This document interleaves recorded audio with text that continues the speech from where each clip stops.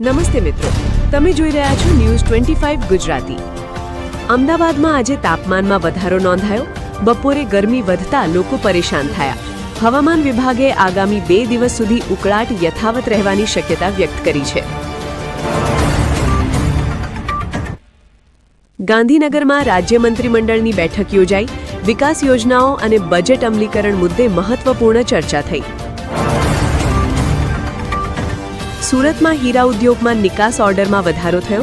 વેપારીઓએ આવક વધવાની આશા વ્યક્ત કરી। રાજકોટમાં ટ્રાફિક નિયમોનું કડક અમલીકરણ શરૂ। પોલીસે હેલ્મેટ અને સીટ બેલ્ટ ચેકિંગ અભિયાન તેજ બનાવ્યું।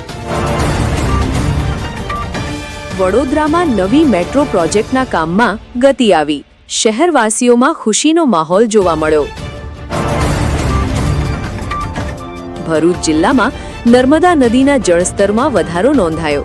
તટવર્તી ગામોને ચેતવણી આપવામાં આવી। કચ્છમાં પવન ઉર્જા પ્રોજેક્ટ માટે નવા રોકાણની જાહેરાત। સ્થાનિક યુવાનોને રોજગારની તકો વધશે। જામનગરમાં પેટ્રોલ ડીઝલના ભાવમાં નાનો ફેરફાર। વાહન ચાલકોમાં ચર્ચા શરૂ।